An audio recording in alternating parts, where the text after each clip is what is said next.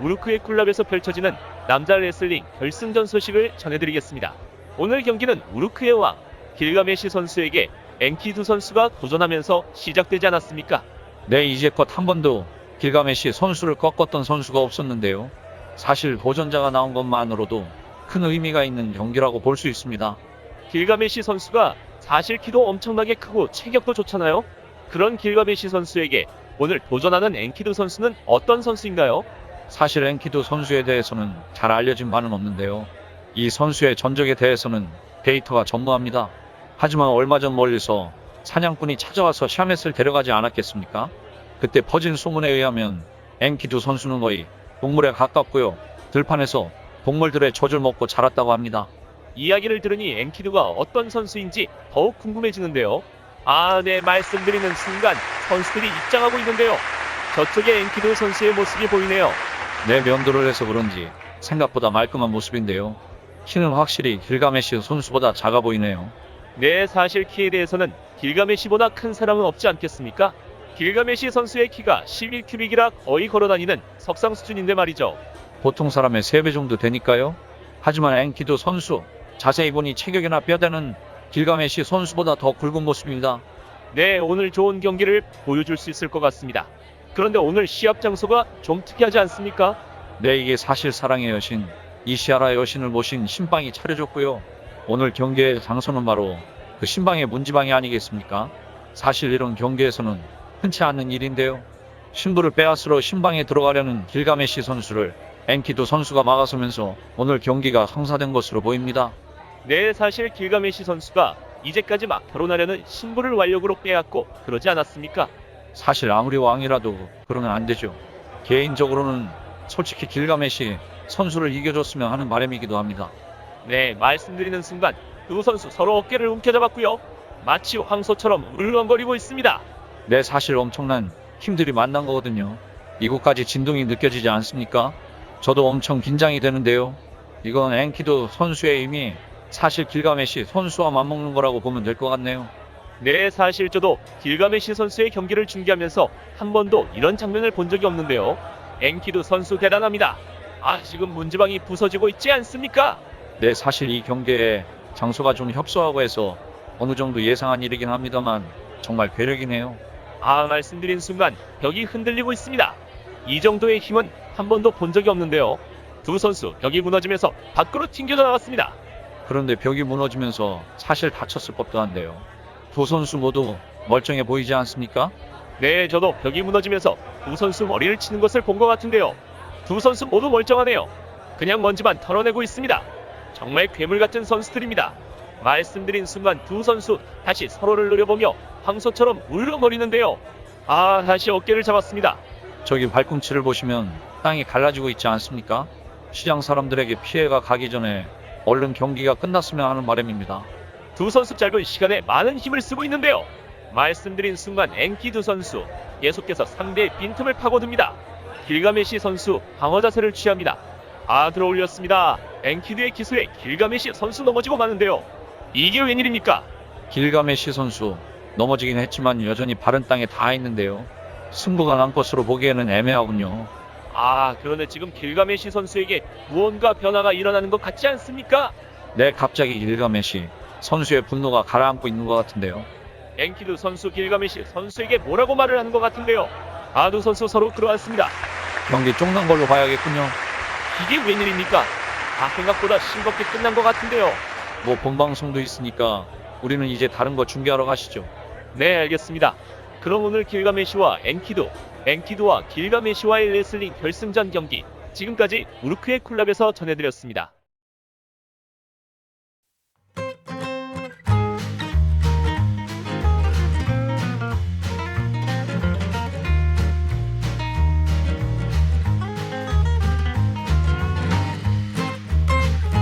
성경을 읽다 보면 자연스럽게 생기게 되는 수많은 질문들이 있죠. 아담과 하와는 누구인가? 노아의 대홍수 같은 사건들이 실제 역사 속에서 있었던 건지, 그리고 성경 속의 사람들은 어떻게 살았었는지 등등, 이러한 질문들에 대한 대답을 찾기는 쉽지 않습니다. 그리고 애써 교회의 누군가에게 물어봐도 그냥 믿으면 돼야 하는 답이 돌아오기 일쑤죠. 이러한 궁금증을 가진 분들을 위해, 그리고 성경에 대해 좀 더 교양적이고 학문적으로 알고 싶어하는 분들을 위해 준비했습니다. 조금은 다른 관점으로 성경에 대한 이야기를 풀어가려고 합니다. 교회에서 알려주지 않은 성경 이야기, 지금 시작합니다. 안녕하세요. 여름매미입니다. 딴지입니다. 하은입니다. 올림픽 시즌이네요. 네, 지금 도쿄올림픽이 한참 진행 중이죠. 방송하는 현재 한국은 금메달 5개로 종합 7위에 좋은 성적을 거두고 있는데요. 좋은 결과가 있었으면 좋겠습니다. 네, 저도요. 우리 선수들 응원합니다. 코로나 상황에서도 멋지게 잘 싸워주셔서 좋네요. 참 우리가 요즘 길가메시 서사시 하잖아요. 며칠 전에 길가메시 서사시 토판에 대한 기사가 나오더라고요. 아, 저도 그 기사 봤어요. 하비라비라고 미국의 취미용품을 파는 체인점이 하나 있는데요. 그 기업 회장이 어둠의 경로로 길가메시의 토판 조각을 미국에 들여왔다고 하더라고요. 지금은 워싱턴인가 있는 성경박물관에서 전시하고 있고요. 그런데 사진을 보니까 손바닥만 하고 글자가 깨알같이 있던데요. 기사에서는 길가메시의 꿈에 대한 토판이라고 하던데요. 그런데 뭐 에덴 동산 이야기도 나오고 십계명도 나오고 그렇다는데 사실일까요? 그건 아마 기자들이 지어낸 이야기 같고요. 저도 관심이 생겨서 찾아봤는데요. 샤메시 엔키두에게 우르로 가자고 설득하는 이야기랑 길가메시가 꾼 꿈 부분이 나와요. 그 외 길가메시 첫 번째 에피에서 했는데 엔키두가 찾아오기 전에 동료가 생길 거라고 하늘에서 돌이 떨어지는 꿈이 있었잖아요. 그리고 성벽에 걸린 도끼에 대한 꿈도 있었고요. 그 부분이 첫 문단에 나오는 것 같더라고요. 아, 이거 길가메시 서사시를 하니까 글자는 몰라도 대충 토판이 어떤 내용인지는 알겠네요. 뭐 에덴 동산이나 십계명은 전혀 상관없죠. 아참, 이 토판을 2005년에 우리가 참고하고 있는 책을 쓴 앤드류 조지가 연구했었다고 하더라고요. 오호, 반가운 이름이네요. 그런데 어떤 내용을 연구했는데요? 이 토판에 대해 앤드류 조지가 아티클을 썼는데요. 연대를 기원전 16세기 중기 바빌로니아 왕 조당시 쓰여진 것으로 보고요. 몇 가지 특이한 부분이 있는데 길가메시를 우르의 신이라고 지칭하기도 하고요. 또 이 토판의 두 번째 문단은 길가메시 서사시 첫 번째 에피에서 이야기했었는데요.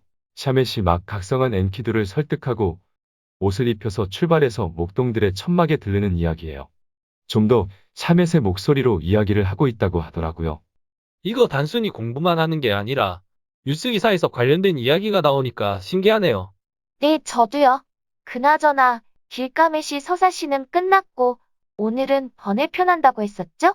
네, 12번 토판인데요.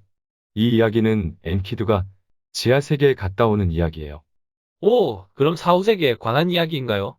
네, 전에도 수메르의 사후세계에 대해서 간략하게 이야기한 것 같은데 오늘은 좀 더 땅속 깊이 들어가 보려고요. 어떻게요? 일단 우리가 지난번에 길가메시 왕의 죽음에 대해 이야기했잖아요. 네, 많은 사람들이 슬퍼했었죠. 사실 그 이야기에 살이 좀 더 붙어 있는데요. 샌다스의 책에는 사실 나오진 않았어요. 그리고 지난주엔 시간도 좀 부족하고 또 오늘을 위해서 좀 남겨놓기도 했고요. 이 이야기랑 10번 토판 사후세계를 붙여서 주로 이야기를 하게 될 것 같네요. 그럼 죽음과 그 다음으로 이어지는 사후세계 이런 건가요? 내 제목을 그래서 사후세계 여행이라고 해봤는데요. 오늘은 그 첫 번째로 고대근동편입니다. 그럼 다른 사후세계도 앞으로 다루실 건가요? 내 다음 주에는 성경 속에 있는 사후세계를 좀 다뤄보려고요. 그리고 시간이 되면 이집트의 사후세계도 한번 다뤄볼까 생각 중이기도 하고요. 이거 죽음에 대한 주제가 쭉 이어지네요. 네, 일단 여행하면 준비 과정도 있고 떠나는 과정, 그리고 여행지에서의 정보도 있지 않겠습니까? 그래서 이 단계들로 사후세계 여행을 나눠서 이야기하게 될 것 같네요.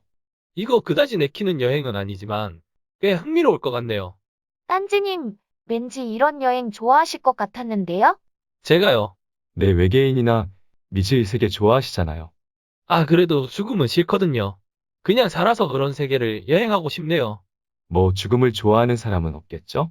일단 거기부터 시작입니다.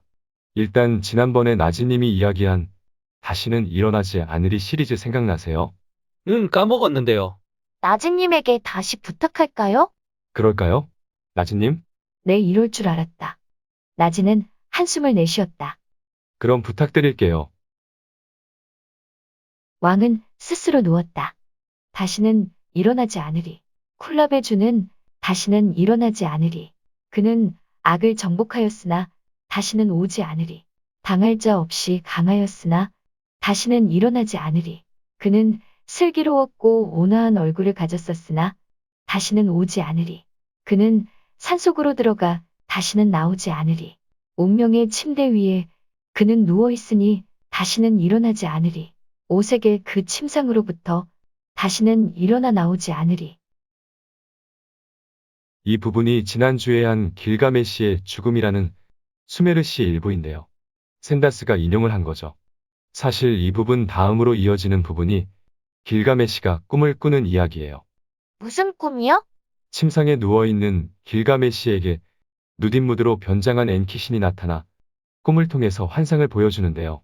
꿈속에서 길가메시는 신들의 모임을 보게 되거든요. 그 모임은 바로 길가메시를 어떻게 할 것인가에 대한 것이었어요. 신들은 길가메시가 살면서 이룬 영웅적 업적, 그러니까 향나무 숲의 모험과 세상 끝까지 간 것, 그리고 지우스드라에게 지식을 받은 것을 살펴보고요. 논쟁의 중심은 길가메시가 인간이긴 하지만 여신의 아들이기 때문에 그가 신인가 인간인가에 대한 것이었대요. 살면서 이룬 업적 같은 게 중요했나 보네요. 내 살면서 이룬 업적이나 살았을 때의 사회적 지위 같은 게 사후 세계에도 영향을 준다고 사람들은 믿었거든요. 그래서 논쟁의 결과는 어떻게 되었나요? 최후의 결정은 길가메시도 다른 인간들처럼 지하 세계로 내려가야 한다는 것이었는데요. 하지만 거기서 특별한 지위를 주어서 닌키시지다나 두무지처럼 죽은 자들을 심판하게 하자는 것이었대요. 그리고 사람들에게 빛들의 축제라는 연례 행사를 15월, 그러니까 현재 달력으로는 8월쯤에 열어서 길가메시를 기억하게 하자는 것이었는데요. 길가메시와 엔키두가 씨름을 한 것처럼 젊은이들이 문지방에서 힘을 겨루게 하자는 것이었고요. 그 달을 길가메시의 달로 부르자는 것이었대요. 길가메시를 기억하기 위한 어떤 문화 행사가 있었나 보군요. 내 달 이름까지 길가메시의 달이라고 붙이고요. 당시에는 달 이름의 숫자가 아니 이름을 사용했죠. 그런데 길가메시는 결국 지하세계로 가게 되었네요. 네, 하지만 길가메시는 실망하지 않았는데요. 그곳에서 자신의 가족들이나 친구, 특히 헤어졌던 엔키두와 만날 것이라는 설명을 들었기 때문이에요. 이 부분을 한번 들어볼까요? 엔신들의 제사장, 라가시의 제사장들이 누웠고, 루마의 제사장들과 닌딩기르의 제사장들이 누웠던 곳, 구다의 제사장들이 누웠고, 너의 선조들이 누웠던 곳, 너의 모친과 누이, 너의 갓난아이들이 누웠고, 내가 사랑하는 친구이자 동생 너의 친구 엔키두가 있는 곳, 그는 너의 젊을 적 동행이었다. 이곳에 간 자는 다시 돌아올 수 없지만 너의 누이의 집에서 누이가 너를 반겨줄 것이고 너의 갓난아이들이 너를 반길 것이며 너의 소중한 이들이 너에게 나아올 것이다. 너의 성의 장로들이 너에게 나아올 것이니 절망하지 말아라. 심려하지 말아라. 너는 아누나키 신들 중에 하나가 될 것이며 위대한 신들의 다음가는 자가 될 것이다. 너는 지하세계의 통치자가 될 것이다. 죽음을 앞둔 길가메시에게 많은 희망이 생겼을 것 같은데요? 내 선조들과 가족들이 있고 갓난아이들도 있고요. 그들이 길가메시를 반겨줄 거라는 거네요. 그리고 무엇보다 친구 엔키두가 있잖아요. 이 시가 그래서 죽음을 두려워하는 사람들에게 절망하지 말아라, 심려하지 말아라는 걸 전달해주기 위한 것 같네요. 네, 이 부분이 사실 길가메시 서사시의 주제죠. 죽음을 앞두고 두려워하지 말아라. 네, 그래서 길가메시는 이제 마음 놓고 죽음을 준비했겠군요. 네, 그래서 그 뒷부분 이야기를 이어가 보면요. 꿈에서 깨어난 길가메시는 곁에 있던 사람에게 이 이야기를 전해줍니다. 그리고 길가메시는 더 이상 슬퍼하지 않았고요. 죽음을 숙명으로 받아들였죠. 그리고 지하세계에서 본인에게 주어질 지위에 대해서 기뻐합니다. 그리고 길가메시는 그의 무덤을 건축하는데요. 엔키신의 충고에 따라서 본인의 무덤에 자리를 정했는데요. 혹시 어딜 것 같으세요? 글쎄요. 양지 바른 곳.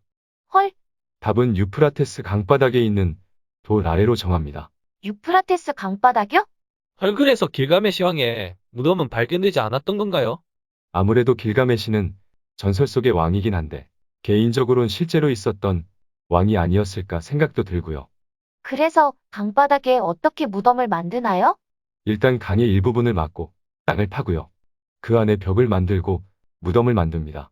그리고 길가메시의 아내들과 측근들도 길가메시와 함께 무덤에 들어갈 준비를 합니다.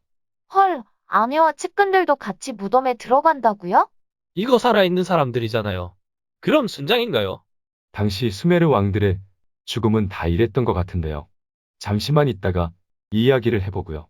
아무튼 아내들과 측근들은 지하 세계에서 환대를 받기 위해 무덤의 음식과 재물들을 준비하고 눕고요. 길가메시 왕도 눕게 됩니다. 그리고 그 입구는 큰 돌로 봉인되고요. 그리고 강물을 다시 그 위로 흐르게 했어요. 그래서 그 무덤의 위치는 아무도 모르게 되었습니다.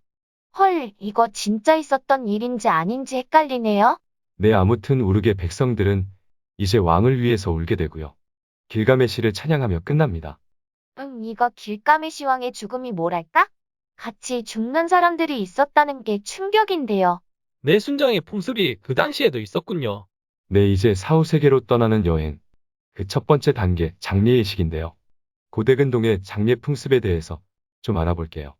참고로 이 부분은 알렉산더 하이델의 길가메시 서사시와 구약의 유사성에 대한 책을 참고하고 있습니다. 네, 지난주에 사셨다는 책이군요. 네, 맞아요. 그런데 이런 자료들이 좀 있나요? 아무래도 이 부분은 고고학적 발굴, 특히 고대 수메르 왕들의 무덤에 대한 대대적인 발굴이 있었거든요. 거기에 많이 의지하게 되는데요. 몇몇 왕들의 무덤 발굴들을 살펴보면서 이야기해 볼게요. 먼저 왕들의 무덤에 음식을 담은 항아리들이 많이 발굴되었는데요. 이 이야기는 전에 한두 번 했었죠.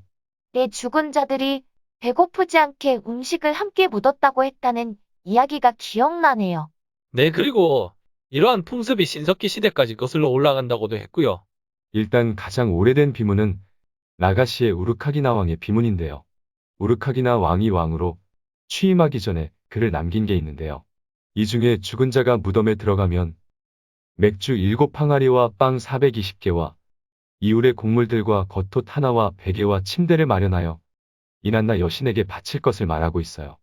헐, 꽤 많은 음식인 것 같은데요. 땅 속에서 썩었겠네요. 네, 하지만 이렇게 음식을 함께 묻지 않으면 죽은 자들이 지하 세계에 가서 굶게 될 것이라고 생각했대요. 이해가 가네요. 또 그 뒤로도 지속적으로 죽은 자들에게 제사를 드리며 음식을 바치게 되었는데요. 매달 죽은 자들에게 바치는 제물의 목록이 있었대요. 이런 건 마치 우리나라에서도 조상에게 제사를 드리는 것과 같네요. 네, 여기에 대한 몇몇 고대의 기록을 살펴보면요. 먼저 초기 바빌로니아 왕조의 아미디타나 왕이 그의 관료에게 썼던 편지가 있는데요. 그 내용은 제물로 드릴 우유와 버터가 필요하고 이 토판을 본 즉시 소 30마리와 버터를 바빌론으로 올려보내라. 그리고 제사가 끝날 때까지 계속 우유를 공급하라라는 내용이에요.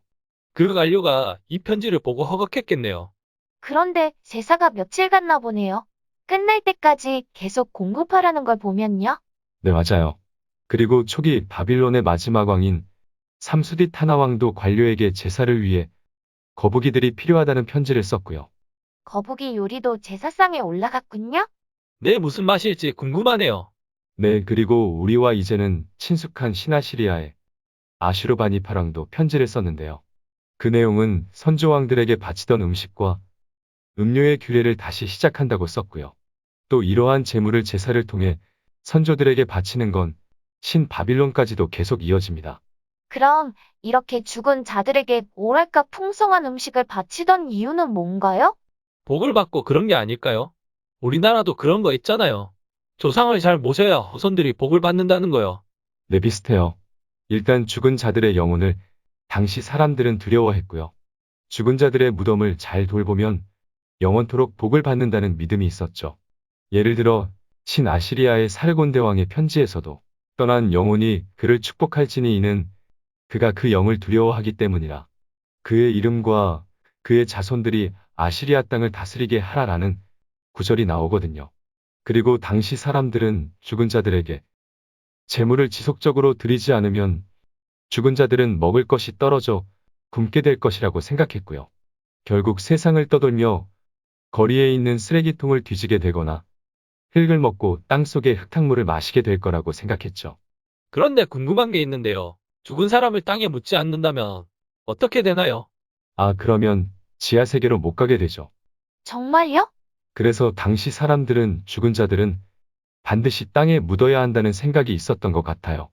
이 책에서도 나오지만 그 당시에 가장 심한 저주는 그가 쓰러져 죽게 하고 아무도 묻지 않게 하라, 혹은 그의 몸을 땅에 묻지 말게 하라 같은 거였다고 하더라고요. 죽은 자를 땅에 묻지 않는 건 저주였다는 거네요.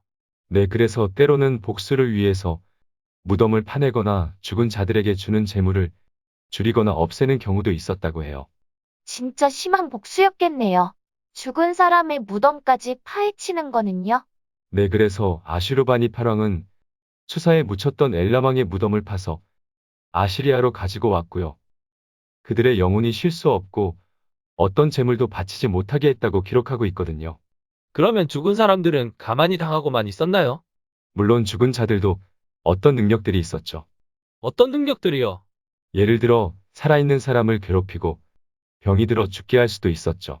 당시 사람들은 죽은 자들이 바르게 대접받지 못하면 그들의 영혼이 살아있는 자들을 괴롭힌다고 생각했거든요.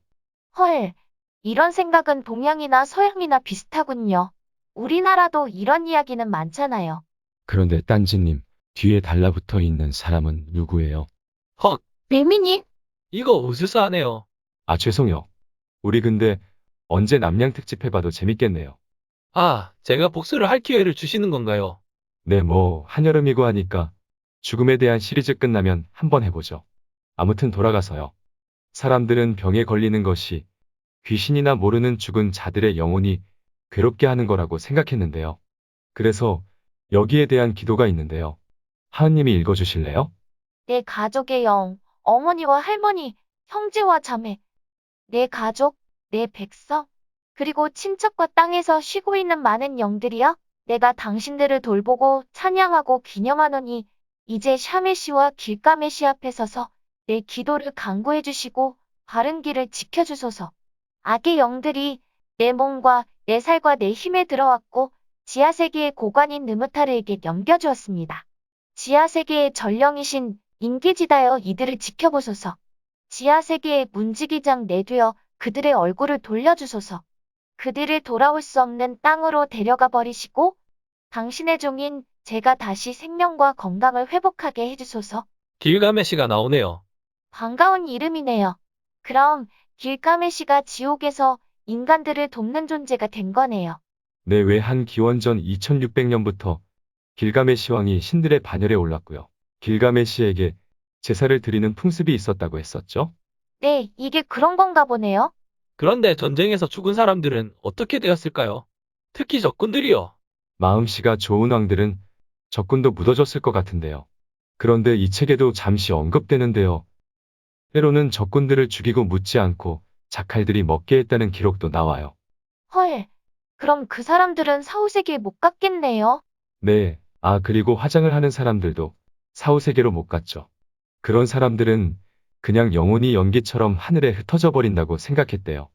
그럼 보통의 경우에는 화장은 안 하고 어쨌든 땅에 묻었겠군요. 내 전쟁과 같은 경우가 아니라 그냥 죽었던 사람은 몸에 기름을 바르고 비싼 있는 수의를 입혔다네요. 당시에도 수위가 있었네요. 내 수의도 있었고 또 보석들로 치장을 하기도 했고요. 또 살찐 양을 잡아다 바치기도 했대요.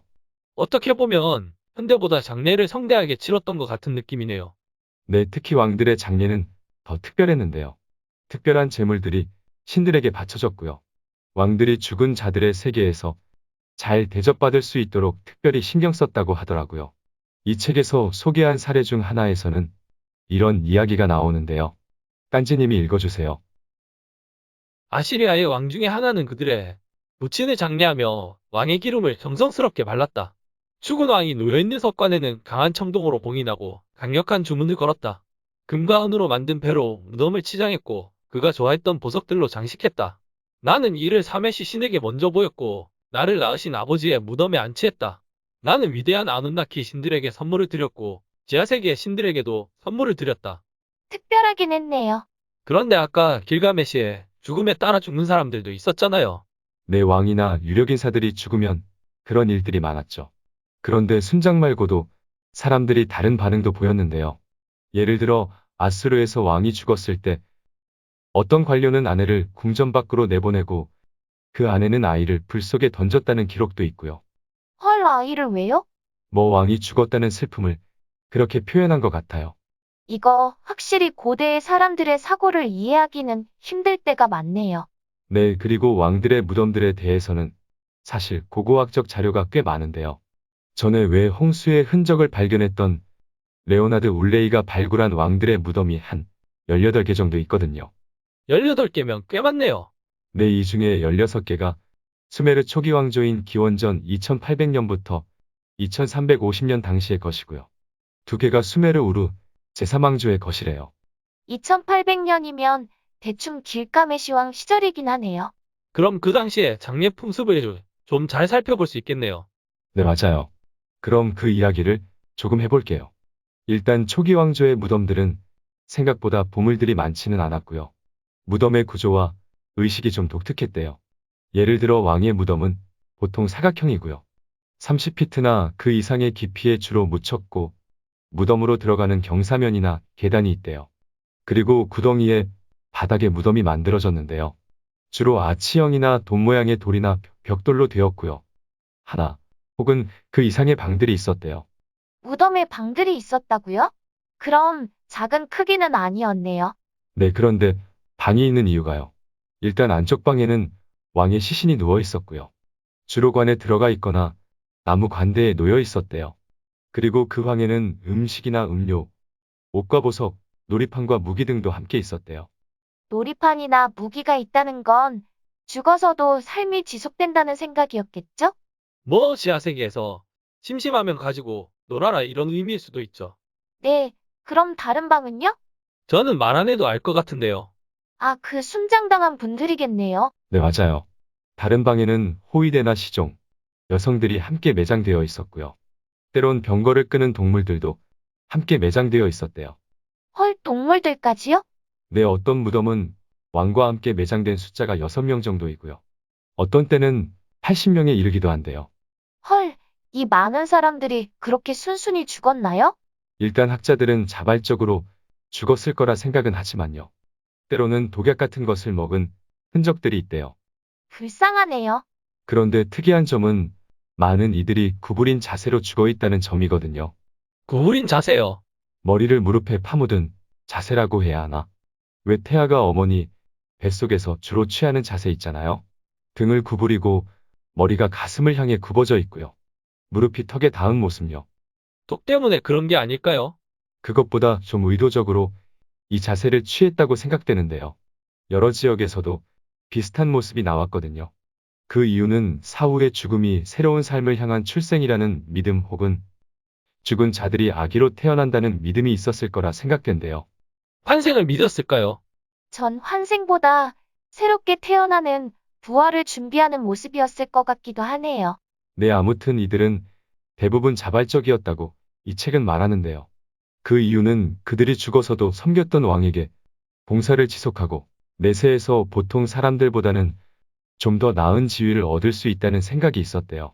그리고 수행원들의 대부분은 왕과 달리 묻은 물건들이 별로 없었는데요. 그건 그들의 주인이 그들에게 사후세계에 줄 거라는 생각이 있었다는 거죠. 왠지 길가메시와 같이 묻혀진 사람들도 그랬을 것 같네요. 그 와중에 죽기 싫어서 도망하고 그런 사람도 있었을 것 같네요. 혹시 잉카의 얼음소녀라고 아세요? 얼음소녀요? 1999년에 아르헨티나 고산지대에서 발견된 500년 된 소녀미라인데요.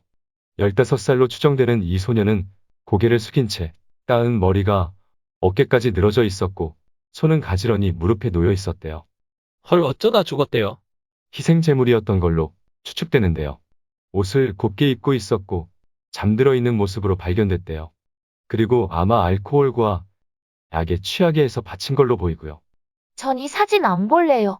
랭미님 보여주지 마세요. 저는 보고 있는데 정말 얼굴이 편해 보이네요. 놀라운 사실은 이 소녀의 심장에는 아직도 피가 흐르고 있었다는 건데요. 헉, 오늘 여러 번 놀래키시네요. 아, 죄송합니다. 남양 특집은 다음에 몰아서 할게요. 그런데 이 이야기를 왜 꺼내신 거예요? 고대근동 당시의 사람들도 독약 같은 거에 취해서 이런 상태가 아니었을까 추측이 들어서 한번 꺼내봤어요. 아무튼 다시 이야기로 돌아갈게요. 이제 일반 사람들의 무덤 이야기를 좀 해볼게요. 일반 사람들의 무덤에서도 발견되는 시신들은 대부분 마치 자는 것처럼 뉘어져 있었대요. 그래서 죽었다는 표현보다 쉬고 있다는 표현도 많이 쓰였대요. 그런데 일반 사람들도 무덤을 왕들처럼 만들었나요? 돈 많은 사람들은 모르겠지만 일반 사람들은 주로 집안의 구덩이를 파고 묻는 경우가 많았대요. 헐, 집안에다가요? 내 죽은 사람을 집안에 묻었고 죽은 자들은 산자와 가까이 있었죠. 뭐랄까. 그 당시의 집은 죽음과 삶이 공존하는 공간이었군요. 네, 더구나 죽은 사람들은 손이 입 가까이에 있기도 하고 컵을 들고 마치 마시려는 모양도 있고요. 이런 건 죽음 뒤에도 삶이 지속된다는 믿음이었죠. 그리고 산자와 죽은 자는 상호 의존적인 관계로 생각되었다고 볼 수도 있고요. 상호의존적이요. 내 죽은 자들은 산자들을 보호하고 산자들은 죽은 자들에게 재물을 바쳐서 굶지 않게 하고 뭐 그런 거죠. 죽음과 삶이 공존했다. 뭔가 철학적인 것 같기도 하고요. 전 무서울 것 같긴 해요. 이런 부분이 현대와는 확실히 다르긴 하죠. 자, 그럼 이제 4, 5세기의 출발점인 무덤과 장례에 대해서 알아봤으니까 이제 다음 단계로 넘어가야죠. 이제 오늘의 두 번째 부분을 위해서 길가메시 서사시의 12번 토판 이야기를 할 건데요. 제목은 길가메시와 지하세계입니다. 시간도 제법 흘렀고 내용도 길어서 따로 읽지는 않을 거고요. 간추려서 이야기해 볼게요. 네, 알겠습니다. 세상을 창조한 후에 엔키신이 지하세계로 배를 타고 내려가는데요. 폭풍이 휘몰아쳤고요. 그 당시에 유프라테스 강변에 버드나무가 하나 있었는데요. 갑자기 남풍이 몰아쳐서 나무를 쓰러뜨리고 맙니다. 마치 미를 본 이난나 여신이 이 나무를 우르게 땅에 있는 자신의 신전으로 가지고 가는데요. 거기에 나무를 옮겨 심습니다. 나무를 사랑하는 여신인가 보네요. 뭐 그것보다 이난나 여신은 이 나무로 왕좌와 가구들을 만들고 싶었거든요. 아무튼 나무는 5년 뒤 크게 자라나긴 했는데요. 그만 나무에는 악한 것들이 살게 되고 맙니다. 악한 것들이요? 네, 일단 나무의 뿌리에는 악한 뱀이 살게 되었고요. 가지에는 사자새가 있었고요. 둥치에는 마녀가 집을 지었거든요. 사자세라, 우리 에피들에서 자주 나오네요. 라마스라고 하죠? 전에 계랑새를 합성한 사진은 봤는데. 헐, 이거 안 됩니다. 딴지님 주의하세요. 아, 네. 아무튼 애써 키운 나무가 이렇게 되어서 이난나는 슬퍼하며 오빠인 태양의 신 우투에게 부탁을 하는데요. 우투는 그 부탁을 들어주지 않았는데요. 이때 이난나의 소원을 들어준 게 바로 길가메시입니다. 오, 길가메시가 다시 등장하는군요. 네, 길가메시는 칼이랑 도끼를 들고 이 악한 것들을 쫓아내어 버렸고요. 서비스로 나무를 베어서 이난나 여신이 가구를 만드는데 필요한 목재를 바쳤습니다. 그리고 남은 나무 조각으로 2개의 놀이기구를 만들었는데요. 놀이기구요. 네, 현대의 크로켓이나 폴로와 같은 공과 망치를 만들었는데요. 여기에 이름도 붙입니다. 이름이요? 네, 푸쿠와 미쿠요. 오호, 상당히 귀여운 이름인데요. 길가메시에게 이런 구석도 있었네요. 네, 그런데 길가메시는 팀을 짜서 공을 쫓아가면서 노는데요. 이게 누군가의 등에 타고 그 공을 하루 종일 쫓아가는 거예요. 헐, 사람 등에 타고서요? 뭐 그냥 아무 젊은이의 등에 타고 다니는데요. 이 길가메시가 덩치가 좀 크잖아요. 그래서 토판에는 젊은 이들이 아이고 내 등이야 이렇게 고통스러워했다는 내용도 나옵니다. 활력시 길가메시답군요. 젊은이들을 막 괴롭히고요. 네, 그리고 같이 놀던 어떤 젊은이의 엄마와 동생들이 이들을 위해서 쉴 새 없이 음식과 물을 가져다 날랐는데요. 다음날 다시 놀이가 시작되자 이 어머니와 여자들이 막 불평을 하거든요. 불평할 만하죠? 그렇게 괴롭히며 노는데? 네, 그러자 이 놀이기구가 마침 지하세계로 통하는 구멍으로 빠져버리고 맙니다. 아, 쌤통이네요. 그렇죠. 당황한 길가메시는 내 푸쿠, 내 미쿠 하면서 손을 구멍으로 넣어봐도 닿지 않았고요. 찾을 수가 없게 되자 엄청 슬퍼하면서 울게 됩니다. 그런데 지하 세계가 손에 닿을 정도로 있다고 생각했나 보네요. 뭐 멀지는 않았다고 생각했던 것 같기도 하고요. 아무튼 이때 짜잔하고 나타난 게 바로 엔키두입니다. 오, 엔키도 등장이네요. 네, 엔키두는 길가메시에게 본인이 지하 세계로 내려가서 잃어버린 것들을 찾아오겠다고 말합니다. 역시 멋진 남자네요. 네, 그래서 길가메시는 지하 세계에 내려가서 무사히 돌아오기 위해 주의할 점을 엔키두에게 알려주는데요. 이걸 좀 말해볼게요. 네, 먼저 깨끗한 옷을 입지 마라인데요.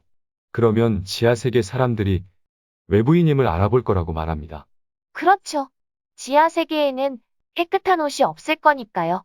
네, 그리고 두 번째, 몸에 기름을 바르지 마라. 그 향기로 그들이 너를 둘러쌀 것이라고 말합니다. 그렇죠. 그리고 계속 말해보자면 거기서 창을 던지지 말고 또 소리가 나니까 신발도 신지 말라고 하고요. 아내와 자식들에게 입을 맞추거나 때리지 말라고 합니다. 뭐 일이 있는 말이네요. 하지만 엔키두는 지하 세계로 내려갈 때 이 길가메시의 충고를 깡그리 잊고 맙니다. 헐, 웬일이래요. 그래서 깨끗한 옷도 입고 기름도 바르고 내려가서 창도 던지고 신발도 신고 아내와 자식들에게 뽀뽀하고 합니다. 그래서 어떻게 되었나요? 당연히 잡혔겠죠. 그 결과는 7일이 지나도 엔키두는 돌아오지 않았습니다. 헐, 잡혀버린 거군요. 네, 그래서 길가메시는 리프로로 가서 엘릴에게 도와달라고 하는데요. 엘릴은 길가메시의 말을 듣지 않습니다. 그래서 길가메시는 에리두의 엔키신에게 가서 도와달라고 하는데요.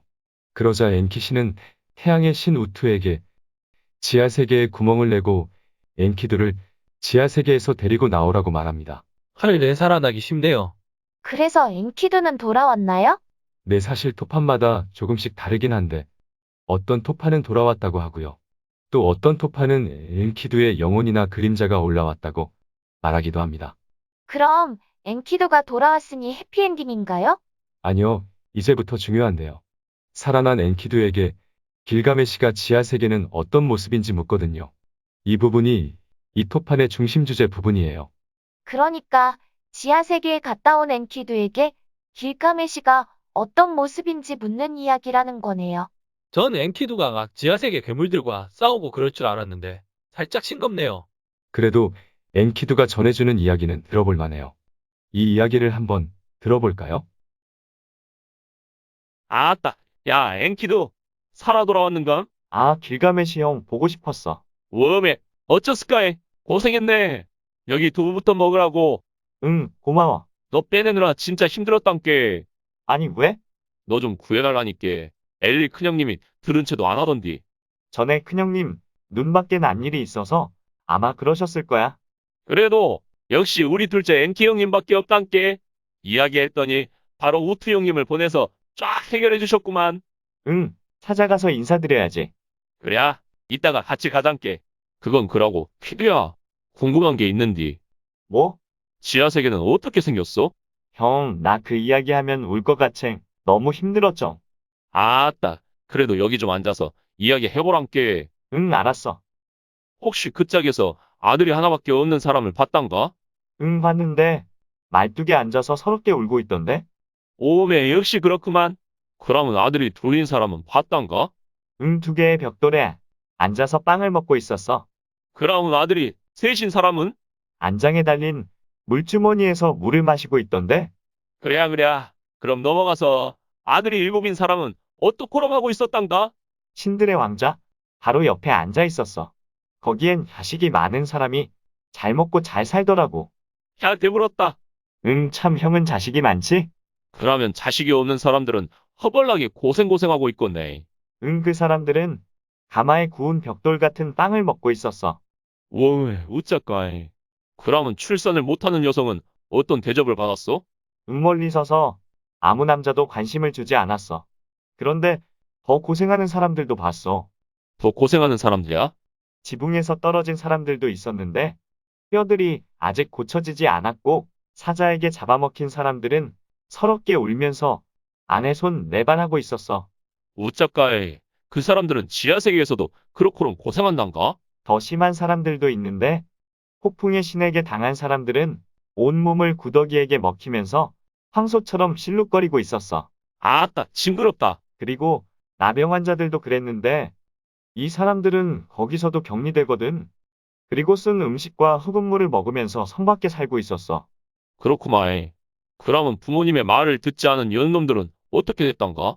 그 사람들은 아 팔다리야 하면서 비명을 그치지 않았지. 그리고 부모로부터 저주를 받은 이들은 더 심했어. 그들은 분깃을 빼앗기고 유령처럼 아직도 떠돌고 있었어. 아따, 이거 부모님 말씀 잘 들어야 한담께. 그건 그라고 제사를 받지 못하는 사람들은 어떻게 된단가? 그 사람들은 솥단지의 찌끄레기들을 먹고 길거리에 빵부스러기를 찾아 헤매고 있었어. 그러면 유선된 애기들은 어떻게 되구냐? 아기들은 그래도 은과 금으로 된 식탁에서 꿀과 버터를 가지고 놀고 있던데? 아따, 그건 다행이네. 그러면 수호신이 죽어서 죽게 된 사람들은 그 사람들은 신들의 침대에 누워 있었어. 대접 잘 받아서 다행이네. 그러면 불에 타 죽은 사람들은 그 사람들의 영혼은 지하 세계에 없었고 그냥 연기가 되어 하늘로 올라가 버렸대. 형 근데 질문이 너무 많아. 아따, 미안. 그럼 이게 마지막인디. 신들을 속이고 거짓 맹세를 한 사람들은 어떻게 된단가?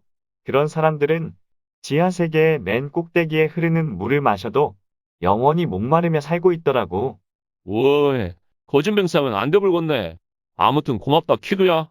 너 말 들으니까 평소에 잘 준비해야겠다는 생각이 드네. 응매시 형. 근데 젊은이들 좀 괴롭히지 마. 가서 고생할지도 몰라. 알았단께. 고맙구만. 그럼 이따가 다시 보세. 응 이따 봐. 진짜 재밌네요. 이거 현대체로 각색하셨네요? 네, 원문이 좀 지루해서요. 그래도 메시지 전달은 잘 된 것 같은데요. 내 사후세계에 가서 고생 안 하려면 평소에 잘해라인가요? 근데 평소에 잘하는 것도 있는데 아들 많이 낳으라는 메시지 같은데요. 네, 저도 그 부분이 좀 이상했어요. 이거 뭐 남존여비도 아니고요? 그 당시 사람들이 그런 가치관을 가지고 살았다는 거죠, 뭐. 현대와는 좀 다르죠? 제사를 드려줄 자식들이 있어야 하는 게 일단 중요했던 것 같네요. 그리고 부모의 말을 잘 들어야 한다나 신들에게 거짓 맹세를 하지 말아야 한다는 교훈적인 부분들도 들어있는데요. 이런 게 이 시가 쓰여진 목적이 아닐까요? 네, 그렇죠. 그리고 제가 이 시를 소개한 목적은 지하 세계에 대해서 이야기하기 위해서죠. 네, 일단 사후 세계의 여행을 떠나려면 어디에 있는지부터 알아야 하는데요. 아까 땅 아래에 있다고 하지 않았나요? 네, 맞아요. 그리고 사실은 모든 무덤들이 사후 세계로 이어진다고 생각하긴 했는데요. 그래도 방향 정도는 있었어요. 사후세계가 있는 방향이요? 일단 사후 세계는 서쪽 방향에 있었다고 생각되어졌는데요. 그 방향이 태양이 지는 곳이죠. 아, 그렇죠. 그래서 다른 신화들에서 두무지나 이시타르 여신이 사후 세계를 갈 때 서쪽으로 갔고요. 또 당시 사람들이 악령을 서쪽을 향해 쫓았대요. 이거 왠지 동양에서도 서쪽을 그런 식으로 생각하나요? 그건 잘 모르겠는데 불교에서도 서쪽을 사후 세계라고 생각하는 것 같더라고요. 아무튼 넘어가서요. 일단 내비를 켜고 방향을 서쪽으로 잡고 쭉 가다 보면 큰 강이 하나 나옵니다. 이 부분도 비슷하네요. 죽은 사람들이 강을 건너는 거요. 네, 그렇죠? 이 강 이름이 후거강이고요. 차를 세워놓고 이 강 입구에서 기다리다 보면 뱃사공이 나옵니다. 뱃사공의 이름은 후무타발이고요. 후무타발은 손이 4개이고 얼굴은 폭풍새의 신의 얼굴이라고 하네요. 손이 4개면 노를 무지 잘 저었겠네요. 헐, 무서울 것 같은데요. 네, 이 뱃사공이 죽은 자들을 강 건너편에 데려다 주거든요. 그리고 일단 강 건너편에 도착하면 거기서부터는 좀 걸어야 합니다. 그런데 조금만 가면 큰 성이 하나 나오는데요. 여기가 바로 사후세계인 에레시키갈려신의 성입니다. 사후세계는 성 안에서 사는 거군요. 네, 여기엔 7개의 큰 벽이 있고요. 각 벽에는 성문이 있고 문지기를 하는 무서운 악령들이 있어요. 일단 그 성문을 통과해서 성 안으로 들어가면 궁전이 2개가 보이는데요. 하나는 청금석으로 된 에레시키갈 여신의 궁전이고요. 또 다른 하나는 에갈기나 즉 정의의 궁전이라고 하는데요. 아눈나키 신들이 살고 있는 성입니다. 일단 도착한 거네요. 죽은 자들의 도시예요. 네, 일단 이 에레시키갈 여신은 몇 번 나왔었죠. 네, 그런데 일만 들어서 잘은 몰라요. 아까 읽은 시에도 나오긴 하는데 일단 예쁜 여신은 아니고요. 머리는 헝클어져 있고 손톱도 엄청 깁니다. 헐, 그럼 마귀할멈 같은 분위기인가요? 네, 일단 이 여신에 대해서 조금 더 말해보자면요. 일단 수메르에서는 지하 세계를 키갈이라고 불렀는데요. 그 뜻은 아래에 있는 거대한 장소라네요. 아마 여기서 이 에레시키갈 여신의 이름이 나왔을 것 같고요. 바빌로니아에서도 이랏 키갈이라고 불렸다고 해요. 참고로 에레시키갈 여신의 다른 별칭은 알라투, 아르칼라, 베리시이르시티로 알려졌고요. 남편이 여러 명인데 일단 치유의 신 미나주의 아내였고요. 또 구가라나 네르갈신이죠. 이 네르갈신이 이 여신의 남편입니다. 아, 네르갈신 많이 들어봤는데 그 이상한 무기를 휘둘렀던 걸로 기억나네요. 네, 다른 신화에서 보면 네르갈신도 우여곡절 끝에 에레시키갈 여신과 결혼해서 지하 세계를 다스리게 되었는데요. 그 이야기는 넘어가고요. 다시 돌아가서 에레시키갈 여신에게는 여러 명의 시종들이 있었는데요. 특히 사신처럼 생긴 역병이신 남타르와 그의 고관들이 있었고요. 이 남타르 신은 인간에게 질병과 고통을 퍼뜨려 인간들을 계속 데려오는 역할을 맡았고요. 참 지난 시간에 엔키두의 죽음 에피에서 나왔던 지하세계의 서기 베레세리도 있는데요. 베레세리는 에레시키갈 여신에게 문서들을 읽어주었대요. 그 외에도 7명의 무서운 문지기들과 아누나키 신들이 있었고요. 7명의 재판관들도 있었습니다. 지하 세계의 성에 대한 묘사가 제법 상세한데요? 네, 물론 토판마다 조금씩 다르긴 한데요. 지난번 엔키두의 꿈에는 어둠의 집이라고 나왔었죠? 아, 생각나네요. 왕들이 왕관을 벗어놓고 시중을 들고 있고 사람들은 먼지와 진흙을 먹으며 산다고 했죠? 네, 맞아요. 그 어둠의 집은 조금 후대의 수메르인들의 상상력이라고 하더라고요. 하지만 기본적으로 죽은 자들이 묻혀서 에레시키갈 여신의 땅으로 간다는 점은 비슷하고요. 일단 4, 5세계의 여행 일단 목적지까지 잘 도착했네요. 인증샷 좀 찍으시고요. 잘 둘러보시면 됩니다. 네, 그런데 그 다음은요? 다음이라뇨? 여행을 갔으면 돌아와야죠. 4, 5세계는 못 돌아오는 땅인데요. 헐, 그런데 엔키두는 돌아왔잖아요. 아, 이게 신화들에서는 가끔 나오죠. 죽음에서 다시 부활하는 거요. 예를 들어 두무지나 이시타르와 같이요. 그런데 정말 예외 상황이고요. 보통 사람들은 못 돌아오죠. 갑자기 이 여행 취소해야겠다는 생각이 드네요. 그럼 사람들이 죽은 자들이 부활한다는 믿음은 없었나 보네요. 내 신들은 모르겠지만 인간들은 부활한 적이 없고 육체로 부활한다는 것에 대한 믿음도 그 당시에는 없었던 것 같아요. 저는 갑자기 구약에서 사우랑이 사무엘의 영을 신접한 여인을 통해 죽은 자들의 세계에서 불러올렸던 게 생각나네요. 아, 그 이야기도 오싹하죠? 뭐 그래도 기본적으로 4, 5세계는 죽은 자들이 쉬는 세계였다는 게 오늘의 이야기이긴 합니다. 죽어서 잘 살려면 평소에 잘해라도 오늘의 주제 같긴 한데요. 네, 그것도요. 아무튼 시간이 벌써 이렇게 되었는데 오늘은 일단 4, 5세계 여행 고대근동편은 이쯤에서 마무리하고요. 다음 주에는 성경 속의 4, 5세계 여행을 한번 떠나볼까 합니다. 오, 다음 주도 흥미롭겠군요. 네, 기대하시고요. 그럼 오늘도 수고하셨고요. 딴지님 등 뒤에 그거 좀 떼고 가세요. 아, 진짜. 수고하셨어요. 다음 주에 뵙겠습니다. 네, 안녕히 계세요.